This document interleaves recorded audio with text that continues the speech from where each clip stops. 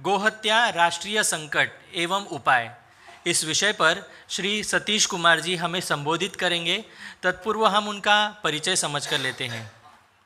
राजपुरा पंजाब के श्री सतीश कुमार जी गौरक्षा दल के राष्ट्रीय अध्यक्ष हैं। आप पिछले 45 यानी 45 ईयर्स से गौरक्षा का कार्य कर रहे हैं। अब तक गौरक्षा दल के माध्यम से, उनके संगठन के माध्यम से पूरे देश भर में 20 लाख यानी 20 लाख से भी अधिक गौवंश की रक्षा उन्होंने की गई है। गौरक्षा का कार्य करते हुए आपको 3 वर्ष तक कारावास में भी जाना पड़ा है, फिर भी वो गौरक्षा का कार्य कर रहे हैं और अपनी जान की बाजी लगाकर वो यह कार्य करते रहते हैं। पूरे देश भर में यह संगठन कार्य करता है। तो ऐसे धर्मवीर आज हमारे बीच उपस्थित हैं। मैं आपसे निवेदन करता हूं कि आप हमारा सभी का मार्गदर्शन करें।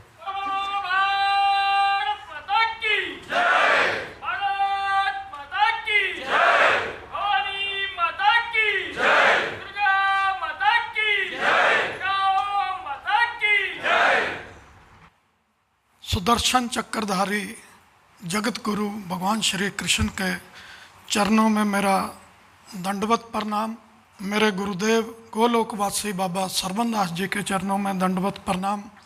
मंच पर विराजमान सभी महानुभाव और पंडाल में बैठे मेरे देश के सनातनी सेनापति जो धर्म की रक्षा के लिए दिन रात एक करके लड़ाई लड़ रहे हैं, उन सभी को मेरा प्रणाम।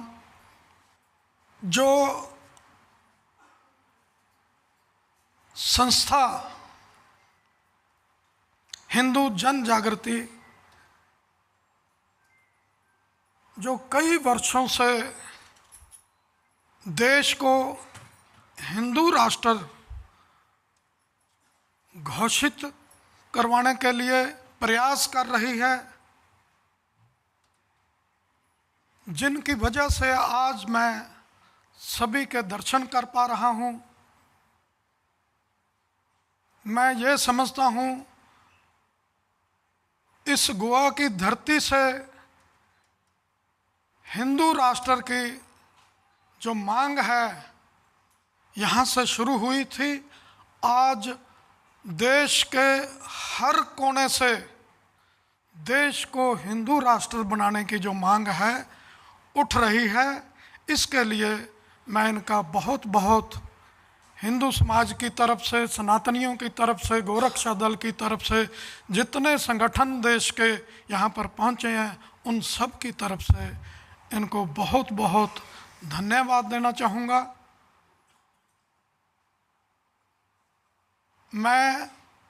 मेरी जन्मभूमि पंजाब की है, तो पंजाबी मेरी मातृभाषा है।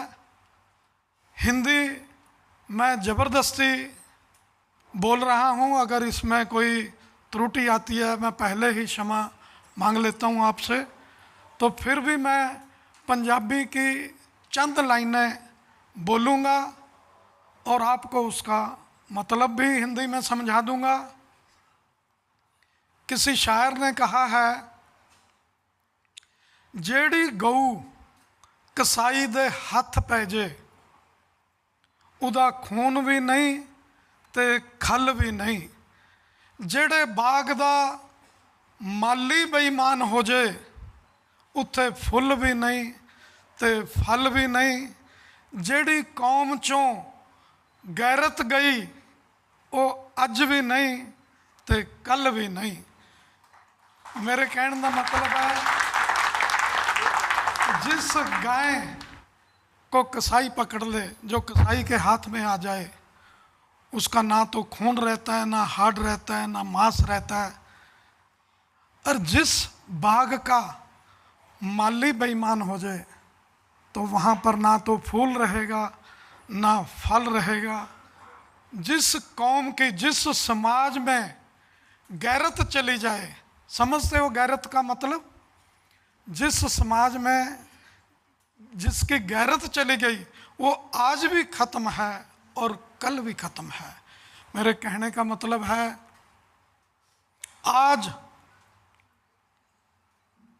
जिस सरकार को हमने कई दशकों के प्रयास से भी एक दिन हमारी सनातन की सरकार बनेगी और सबसे पहले वो गो हत्या बंद करेगी, देश में मंदिर एक्ट लाएगी, हमारी गोचर भूमि खाली कराएगी, वाकफ बोर्ड ख़त्म करेगी। पर आपने 10 साल राज करके हमारा दिल ही नहीं तोड़ा, एक बहुत बड़ा पाप किया है। गौ माता की हत्या बंद नहीं की, कानून नहीं बनाया, कोई बात नहीं, पर कसाईयों से चंदा ले लिया।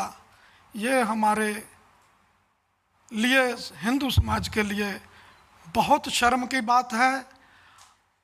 अगर चंदे की ही ज़रूरत है तो मैं इस मंच से कहना चाहता हूँ, जितना चंदा कसाई गौ कत्ल करने वालों से लिया है, गौ माता का कत्ल करने के लिए, बीफ का व्यापार करने के लिए, मैं इस मंच से कहना चाहता हूँ, मैं सरकार को दुगना चंदा गोरक्षा दल की तरफ से, सनातन की तरफ से दे सकता हूँ। वो हमें गोरक्षा करने की छूट दे, फिर हम देखते हैं कैसे कसाई गौ की तरफ आंख उठा के देखता है। उसकी गर्दन, जो गाय की गर्दन काटने वाला है, गाय के साथ पड़ी होगी। तो साथियों, आज हमें बहुत सोचने की ज़रूरत है। आज देश में सोशल मीडिया पर देखो, ऐसे कट्टर हिंदुओं की बाढ़ आई हुई है जिसके माथे पे तिलक नहीं है, सर पे चोटी नहीं है और गले में जनेऊ नहीं है, और वो बात करते हैं कट्टर हिंदू की।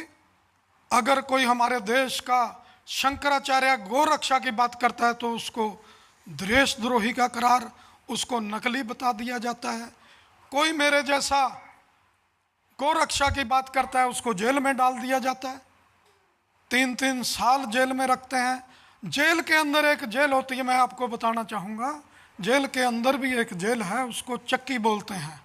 उसमें सिर्फ 3 लोग अंदर रखे जा सकते हैं, तो हमें 5 लोगों को अंदर डाल दिया। अंदर ही लेटरिन बाथरूम, अंदर ही नहाना धोना, 2 पैरों में पड़ते थे, 3 साइड में पड़ते थे।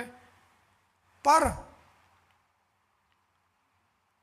हमारे अंदर जो गौ माता की रक्षा करने का जज्बा है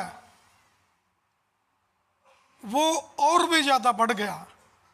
तो मुझे कई बार हैरानी होती है, लोग मुझे कहते हैं भी यार 3 साल जेल में काट लिए, आप फिर सड़क पे गाय माता की रक्षा के लिए निकलते हो। मैं आपको बात बताना चाहता हूँ, जो कष्ट है वो मन के साथ संबंधित है, शरीर के साथ संबंधित नहीं है। तो जब मैं जेल में मुझे भेजा तो मैंने अपने मन को कमांड दी, भाई अब तो आनंद आ गया, मैंने गेट पे मत्था टेका तो अब तो मौज हो गई। मैं बाहर भी यही कहता था भी मैंने जेल नहीं देखी, एक दिन जेल जरूर देखनी है। अगर बाहर रहूँगा तो गौ माता की रक्षा करूँगा। तो अंदर भेज दिया भगवान ने तो मैं भगवान का नाम जपूँगा। तो कुदरती जिस दिन मुझे पकड़ा वृंदावन की अटल्ला चुंगी से, भगवान के दरबार से मुझे पकड़ा और जेल भेजा, उस दिन जन्माष्टमी थी। मैं क्या, ये तो और भी बड़ी बात हो गई भगवान के, क्योंकि जो भगवान है, मैंने ऐसा मेरा एक्सपीरियंस है, जेल में ही है। अगर किसी ने भगवान के दर्शन करने हैं तो उसको एक बार जेल में ज़रूर जाना चाहिए, क्योंकि इंसान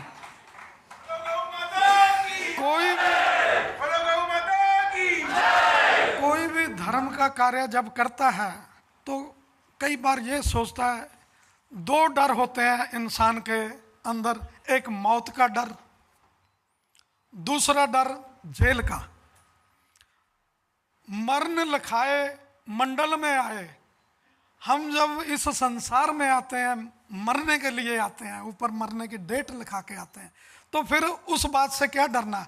हमें मरना सुंदर बनाना चाहिए, ना कि जीवन, क्योंकि मरना सभी ने है, डेट भगवान ने तय कर दिया, तो फिर किससे डरना।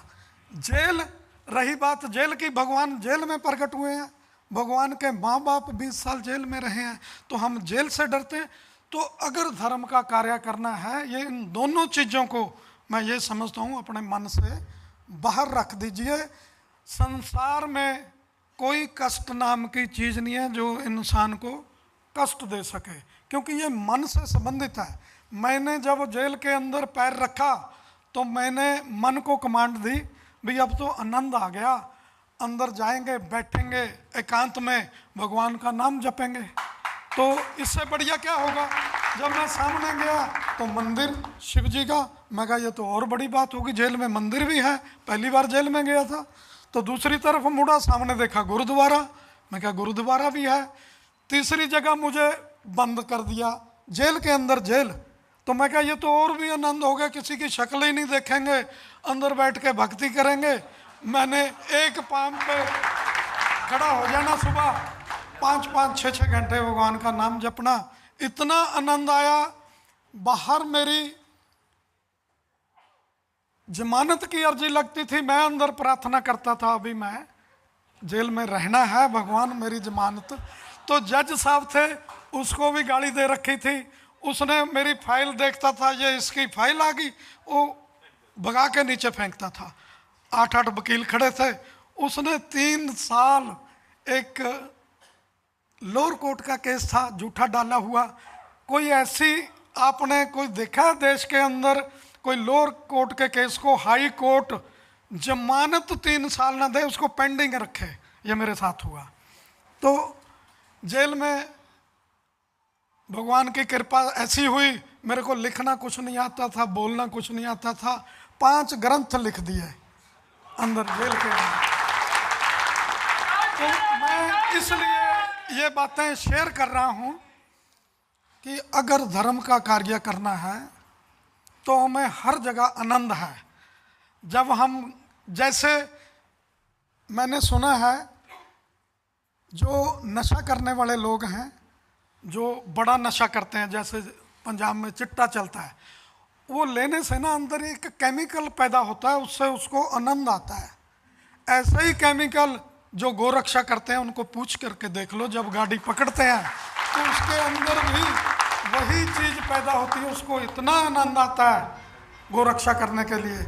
अभी यहाँ पर कालू सिंह तेलंगाना से आए बैठे हैं, तो पिछले अभी ईद का समय चल रहा था, इन्होंने 17-18 ट्रक पकड़े, 570 गायें 5-4 दिन में इन्होंने बचाई हैं।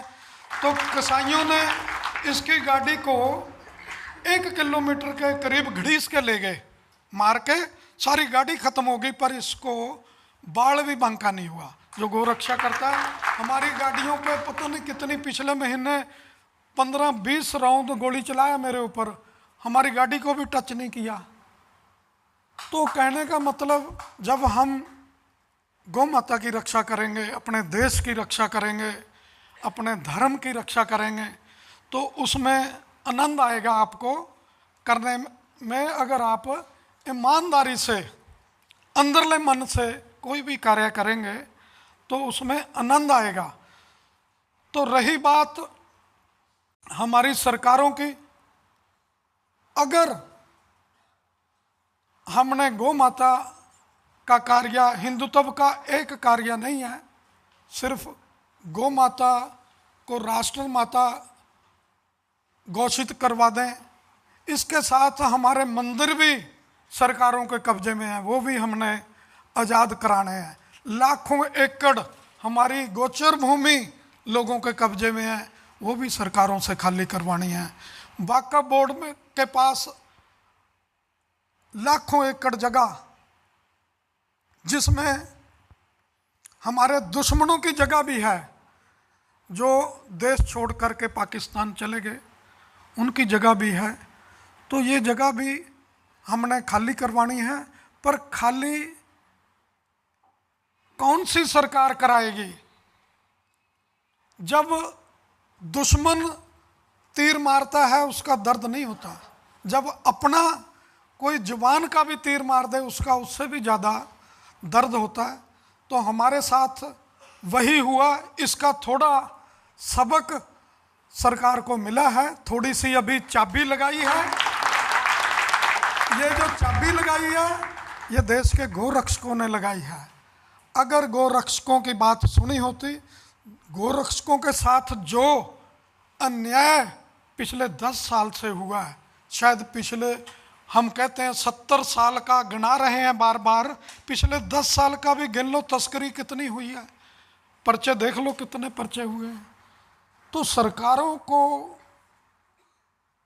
ठीक करने के लिए, उनसे काम करवाने के लिए हमें सभी को एकजुट होना पड़ेगा। क्योंकि अगर हमें यही नहीं पता हमें लड़ना किससे है, हमारा असली दुश्मन कौन है, हमारा काम किसने करना है, तो हम काम कैसे करवा पाएंगे? हम जिनसे हमने काम करवाना है, जिसने हमारा काम नहीं किया, अगर हम उनके तारीफों के पुल बांधेंगे तो फिर तो हमारा काम नहीं होगा। हमें तो जब तक हम डंडा नहीं उठाएंगे तब तक हमारी कोई सुनने वाला नहीं है। तो आने वाले समय में मैं ये कहूँगा, क्योंकि गाय बचेगी तभी हमारा राष्ट्र बचेगा। गाय के बिना संसार में कुछ भी बचने वाला नहीं। आप जैसे मर्जी कट्टर हिंदू बनते रहो, कुछ भी कहो, गाय के बिना हमारा कोई कल्याण नहीं। जिस दिन धरती से गाय खत्म होगी सारी दुनिया ही खत्म हो जाएगी, क्योंकि गाय के सींगों पर ही धरती खड़ी है। तो इसलिए हमें यहाँ से एक संकल्प लेके जाना है। हमने सरकारों पे विश्वास नहीं करना, ये हमारा काम करेगी। हमें खुद अपने काम के लिए, चाहे वो गौ रक्षा का काम हो, चाहे राष्ट्र की रक्षा का काम हो, चाहे वो धर्म की रक्षा का काम हो, किसी भी फील्ड का काम हो, हमें खुद लड़ना पड़ेगा। और साथ ही मैं ये भी कहना चाहूँगा, सभी सनातनियों के पास लाइसेंस होना चाहिए, क्योंकि वो समय दूर नहीं जब हमें आर पार की लड़ाई लड़नी पड़ेगी। दुश्मन के हर घर में अगर आप तलाशी लोगे ना, एक एक नहीं 10-10 हथियार निकलेंगे, तो आपके घर में डंडा नहीं निकलना, तो कैसे लड़ोगे? तो इसलिए सबसे पहले आप अपने लाइसेंस बनवाओ, क्योंकि हमने कानून की उल्लंघना नहीं करनी जैसे वो लोग कानून की उल्लंघना करते हैं। अगर समय आया तो फिर अगर हमने अपनी जान बचानी है, अपने परिवार की जान बचानी है, देश की जान बचानी है, तो फिर हम पीछे नहीं हटेंगे। फिर हमारे आगे ना कोई कानून होगा, ना कोई, सिर्फ तो और सिर्फ अंत में हमें लड़ना पड़ेगा, तब जाके हम शांति से इस देश में रह सकते हैं। मेरा तो यही सभी बहन भाइयों से संदेश है। भगवान ने भी अर्जुन को बोला था, जब संदेश दे रहे थे अर्जुन को कहा था, अर्जुन युद्ध कर, तेरे तो दोनों हाथों में लड्डू हैं। अगर तू युद्ध में मर गया तो ऊपर राज करेगा, अगर जिंदा रहा तो नीचे राज करेगा। तो हमारे हाथों में तो दोनों हाथों में लड्डू है, क्योंकि भगवान ने कहा है जो धर्म युद्ध में जिसकी मौत होगी, जो शहीद होगा, वो सीधा गोलोक जाएगा। हमारे पास समय नहीं है भक्ति करने का, हम पहाड़ों में जाकर नहीं बैठ सकते, हम नहीं शास्त्र पढ़ सकते, हम मर सकते हैं अपने धर्म की रक्षा के लिए, अपनी गौ माता की रक्षा के लिए। अगर आपने मोक्ष लेना है या गोलोक लेना है तो अंत में युद्ध निश्चित है, उसकी अभी से आपको सभी को तैयारी कर लेनी चाहिए। जय गौ माता, जय श्री राम।